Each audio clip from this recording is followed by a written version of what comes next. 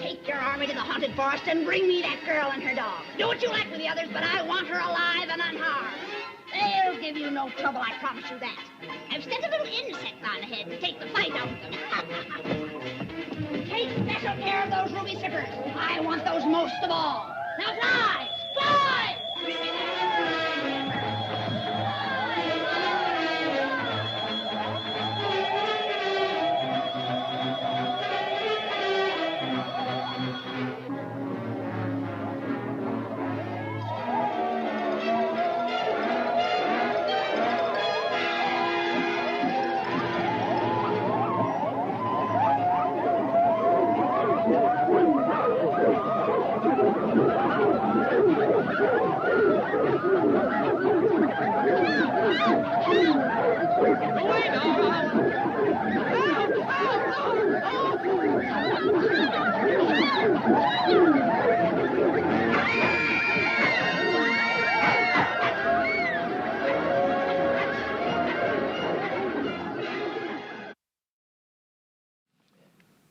I'm scared. I told you last week the first time I saw The Wizard of Oz was December 10th of 1961 when I was 6 years old. And I was scared to death of the monkeys then and almost all the way through my childhood. I don't remember when the time was that it wasn't frightening to me. But the flying monkeys and being susceptible to that kind of thing that Dorothy and Toto were, it was very, very scary at that time. You know, last week we began this series centered around some of the themes in The Wizard of Oz. And we talked about when the spinning stops and how to deal with chaos and confusion. And today we move to a familiar phrase from other contexts: the best defense is a good offense. Now, one of the first places that we find this written anywhere is in a letter from George Washington to Jonathan Trumbull. Jonathan Trumbull was an artist who is responsible for four of the large oil paintings hanging in the Capitol Rotunda. Here's one of them, about the Declaration of Independence. If you're familiar with all of the ones, I'm sure that he painted, really dozens of paintings with Washington. He actually served with Washington in the Revolutionary War for just a little time. But along the way, Jonathan Trumbull and George Washington became close friends. And there's a letter in 1799 from Washington to Trumbull, frustrated about the French activity in the Americas. Frustrated that something's going on here and I don't like it, and people are telling us we should just sit back and watch, that we should not take initiative, that even though France is moving all over the Louisiana territories and the Floridas, as he called them, that we're just supposed to sit back. And Washington was growing very, very frustrated. You can tell he has a great respect for Trumbull with the language in this 894-word letter. But there's one part that he gets to here, and this is what he says about frustration, about convincing people. Not less difficult is it to make them believe that offensive operations oftentimes is the surest, if not the only means of defense. May not be, it is often the only means of defense. Well, in life, we find that playing defense inevitably leads to feeling under attack. Playing defense means that we're sitting back, that we're watching and waiting, that we're not taking initiative and we're not taking action and we're not stepping forward in life circumstances, at work and in family and friends and in those critical relationships. So we pull back over time, and by that, taking that position, in a sense, we're saying the rest of the world is coming at us. Now, that may or may not be true. Sometimes it is true. Sometimes it's a spouse or a family member or their friends or different things that are happening that are upsetting, and we're sort of in that defensive position. But we also can be under attack for our beliefs or our opinions or our actions, or at least think we are, and we pushed into that defensive position. There are people who look at others' lives and feel inferior, and so they pull back. They feel that someone else has life better and has it more figured out, and so they just become less and less active, taking less and less initiative. The reality is that when we are in that defensive position, we feel that something is at risk. Defense, whatever its form, often leads to feeling like a failure. You're just sitting there feeling helpless, feeling like you're failing in whatever it is that you're focused on because you're just passive and sitting there. Whatever form it takes, it leads us to feel frustrated and feel like a failure. We go on to understand that this one of the forms that defense can take is being passive. And being passive leads to feeling threatened. We have a failure to communicate. We have failure to connect. We have failure to manage expectations. There was a movie in 1967 called Cool Hand Luke. How many of you have seen Cool Hand Luke and Paul Newman? There was a scene in the movie where the prison guard is arguing back and forth with Paul Newman, and he says, the chains are really for your protection. And Paul Newman says, well, I hope it makes you feel better. And then he says the famous line, what we have here is what? A failure to communicate. And that's what happens when we're on defense at times. We're not able to really engage effectively with that other person. We're not able to really communicate effectively. Also, that defensive position can put us in a position of feeling like we're not connected. Loneliness can take over. We can become more and more isolated. You remember the Beatles song, 1966 song, Eleanor Rigby. Where are all the lonely people? Where did they come from? Where do they belong? Failure to connect. Failure to manage expectations and circumstances. When we're in that defensive position, we're not in a managing position. We're not in a dealing with circumstance position to effectively address things. We're just sitting there on defense. Well, this passive way of leading life makes us feel threatened. Brene Brown is a researcher, author, and speaker, and she has a great Netflix special. You need to look at it sometime. And in that special, she tells the story of a weekend getaway that she and her husband took at a mountain resort, and there was a beautiful lake, and they're swimming in the lake, and just, she's standing there, floating in the water, talking to her husband. And she says, it's such a special weekend to have some time with you and just to be away from everything and just be together. And he looked at her and said, well, the water's really great, and he swam off. What do you think she thought? Well, she says what she thought was, he saw me in my swimsuit 25 years after he'd seen me in one the first time, and he just wasn't that excited, and he's not really looking forward to the weekend, and it's just going to be misery. She said, this is what I was telling myself. So she realizes that it's going to be that way all weekend unless she says something. But she uses a phrase that's really almost magical in how she communicates, because when they got out of the water, she said to him, she didn't say, you just swam off, you must not want to be with me. She said, the story I'm telling myself is, and she went into the detail.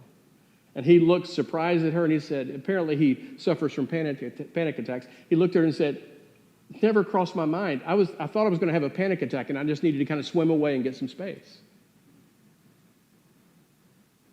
Playing defense by being passive threatens relationships. Think of the many, many stories we tell ourselves about why that husband or why that wife is doing or saying this, about why this person is acting this way or that. And she encourages people to use that phrase, because when you say the story I'm telling myself is this, you're not accusing anybody of anything. I'm telling myself this story. And it gives the other person an opportunity to correct the story. Well, sometimes we're passive because we're waiting for what happens next because of the threats that are going on. We also find that defense through denial leads to missed opportunities. I deny that there are flying monkeys around. I can hear them, I can even see them, but I just deny them. I deny that the relationship is in this circumstance. I deny that my finances are this way. I deny that I'm struggling with this, or I deny that there is an opportunity to take a step with a family member or a child or do something positive and just enjoy life. I deny the reality of what's going on. Well, relationships need stability, and that stability doesn't come through denial of the truth. It comes from being open to the truth.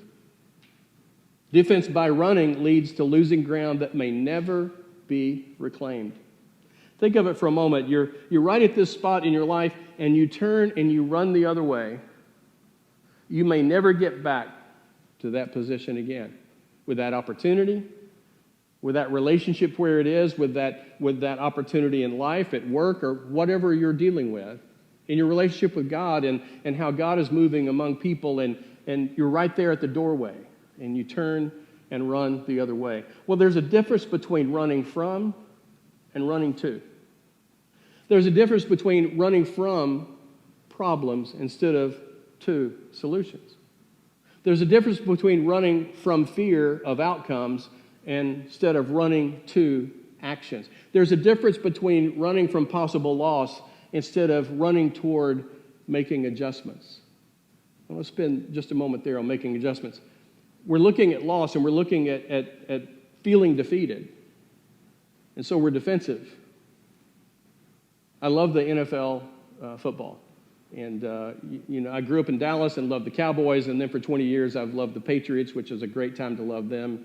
But I love what happens at halftime, because the teams go in and they have about 15 minutes to make adjustments.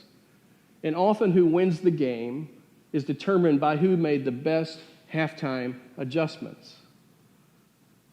In life, we need to make adjustments. But you can't be on defense and make adjustments. You need the offense. You need to be able to move forward in actions and taking steps to do that. Defense by rationalization leads to a counterfeit life. To justify bad choices, we use rationalization to justify bad behavior and bad beliefs. A number of weeks ago in one of the other series, we talked about all of us perhaps can look back and at least find one time when we said something we wish we had never said, where we did something we wish we had never done, where we believed something we wished we could not believe and believe differently. We rationalize those choices. We rationalize that behavior. And when we do, we're not being honest about ourselves. We're not being honest with other people. And therefore, it's a counterfeit life. It's not real. It's not genuine, because truth is not on the table. We're rationalizing these things. I talked about the bad beliefs. When we know better, we should do better. I grew up believing a lot of things that I know better now, and hopefully am doing better. But I still am blindsided at times, not by necessarily a major belief, but just a bias or a pattern in my life that it just comes and surprises me. A few weeks ago, I was at Target right before they opened, so the doors weren't opening yet, and there was another gentleman standing there, and he waited, and we weren't quite in front of the door, but when they opened it, he moved over, and we went on in. So I went home, and I was telling Lainey the story. And I said, Lainey, it was kind of funny. We were not lined up. There was a black guy standing there and me, and we were not lined up right where we were supposed to go in. And I stopped myself right there. Why did I say there was a black guy standing there? Our son-in-law is black. And I told him the other day, I said, I don't know what it's like to be a black man in America. But I know that habit is just there. When I know better, I should do better. Well, those counterfeit relationships happen with other people when we rationalize things. The counterfeit relationship with ourselves. We're not honest. We're not really who we are and know ourselves deep inside. We won't acknowledge. We rationalize and we have a counterfeit relationship with God. It's not as genuine. We're not able to receive as much as we could from God's love and His grace if without that kind of, by the way we rationalize. So how do we shift from being on defense? How do we shift from this defensive mindset and all these forms that it can take to taking action? The last several weeks, seems almost every week, without super planning of all of them to connect, we've looked at Paul's writing to the church at Ephesus. Many weeks in a row, and here we are again today. Another section of his letter to the Ephesians. And Paul gives some final thoughts. He starts with this in Ephesians 6:10. Finally, be strong in the Lord and in His mighty power. Be strong in the Lord. To be able to act, to be able to take steps, to be able to affect my life and my relationships, I need strength to do that. And it comes from the power of God. It's that exercising of our faith that builds up those muscles for us to be able to do the things relationally, emotionally, and spiritually that God calls us to. Be strong in His mighty power. Being strong gives you capacity. Now, there are two definitions basically for capacity. Capacity is the maximum amount of something that you can contain. It's also the capacity or the maximum amount that you can produce. God's strength gives us a capacity for love and grace and forgiveness of others and positive relationships that we don't have the capacity for ourselves. God's strength gives us the capacity to produce actions and loving actions toward others that we don't have the capacity for on our own. So it gives us capacity. It gives us the capacity for supporting those who are weak. We don't do this on our own. We don't really have the capacity to do this effectively without the strength and power of God. Supporting those who are weak in spirit. We sort of know people like that, and maybe we found ourselves at times. There are people who life has beaten down, whose circumstances have taken their toll, and sometimes it's been at that person's own actions and their own behavior that have led to that, but nevertheless they are weak in spirit, and we have a responsibility as God's people with God's strength and God's power in our lives to support those who are weak. Christ calls us to that. Weak in spirit, weak emotionally. In today's world, the emotions are all over the place, and people maybe have mental health issues. It's maybe not as much as a mental health issue, but there are emotional challenges that people deal with, and some just aren't as emotionally strong to cope with and deal with life as others, and we need to support those who are emotionally weak. We need to support those who are weak in resources. Again, they may be lacking resources because of their own choices, but they're weak in resources, and by that definition, they can't do it on their own, and we need to find ways to support those who are weak. Being strong gives us capacity for acting with love toward difficult people. It's easy to act with love toward those who act loving to us. In fact, that's a great thing. When a relationship is between a giver and a giver, it's a wonderful thing. Relationships where there's a giver and a taker, not so much. Giver and giver. Acting in love with those that love us and act loving, that's great. But it's tough to act with love toward that taker or toward that difficult person. In relationships, I've heard people in friendships and others say, well, I have to be honest. I've heard a husband tell a wife, I'm just being honest. You look fat. I'm just being honest. Well, honesty is overrated. Well, at least that kind of honesty. We are strong in the Lord and in God's power because we can have compassionate honesty, not brutal honesty. You know the difference. Compassionate honesty.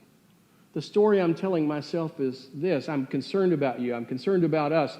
This is what I'm feeling is going on. All totally different than saying, you neglected me, you ignored me, you don't pay any attention to me. Totally different conversation. We have compassionate honesty.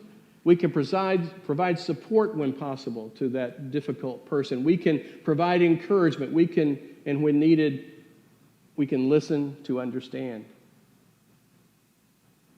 Sharing opinions and going back and forth. It's what we've all done all of our lives. It's gotten more difficult in the last few years. But me sitting down and listening to you does not mean I'm obligated to agree with you. And somehow we've started believing that that's the case, that the person's only agenda is for me to agree with him or her or vice versa.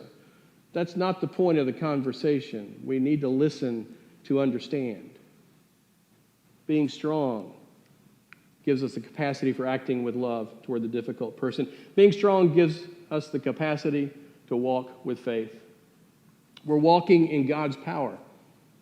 We walk in faith. We walk the walk. We are able to endure. We are able to adjust along the way because we're in motion and we can make adjustments as needed.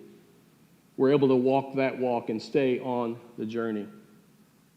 Paul continues his statement. He says, stand firm then when the belt of truth with the breastplate of righteousness, with your feet fitted with readiness. In addition, take up the shield of faith. Take the helmet of salvation and the sword of the Spirit, which is the Word of God. You know, we're going to look at each of those letters that are in yellow. And the first one is about truth, because truth holds things together. Without truth, it's a rocky connection. It's a fragile connection. But truth connects. It's a sticky thing. It's like glue that pulls things together and holds them there. And the more deception, the more lies, the more things that happen in life with us and others, the more that breaks apart and begins to crumble. I actually looked up the world's strongest glue. I was really surprised by what I found. And it's made by this company, Delo. They hold the Guinness Book of World Records for a glue that is able to hold 17.5 tons. Now, how much glue do you think it took? Not gallons, not a quart, 3 grams of glue. That's the equivalent of 10 grains of sand. A little bit of truth holds things together. It doesn't have to be, it just has to be true, that one thing, and more and more and more. Well, truth holds things together. Righteousness directs our efforts. Righteousness are those principles of God, those ways that Jesus taught us and encouraged us to relate to other people. Those principles that are there. They're sort of like our magnetic north. You know, the magnetic compass, it always points to magnetic north. Well, God's principles are like magnetic north for how we're to live our lives. And when we're not attached to the magnetic north, when the compass is thrown away, we're lost and wandering and lonely. Well, he goes on to the next. Readiness ensures a timely response. Now, Paul uses the term here, have your feet fitted with readiness. It's that image of an athlete that's got the right shoes on, and in our culture, they're at the starting block of the race, waiting for the gun to go off, and as soon as it goes off, they're off and running. We need that kind of readiness in our lives, preparedness with our faith with Christ and our relationships with others, to be able on a dime to act and respond to circumstances and respond to the needs of others and respond to the relational challenges in our life. We can't respond timely unless we're ready. We need to be ready. And then faith sustains us. I call faith the spiritual hydration. We're running that race that's set before us, and we're needing to be hydrated, and that faith is what does that. It kind of keeps us going, and it keeps all the limbs moving. Faith is spiritual hydration. We need to exercise that faith and have it active in our lives. And then the next word is, he talks about salvation. That helmet of salvation, that identifies us. The logo on the helmet is God's family, God's child. And we're identified in that family, and that is a strength for us. That is something that helps us understand who we are and whose we are. And then the Word of God nourishes us. It's that nourishment that we take in that builds us up and keeps us sustained. Folks, playing defense can feel like failing. Being passive, using denial and rationalization lead to missed opportunities and counterfeit lives. Being strong in the Lord, enjoying all of God's resources and using them in our lives to live a proactive life, that can make all the difference. The question is, which one do you choose? Amen.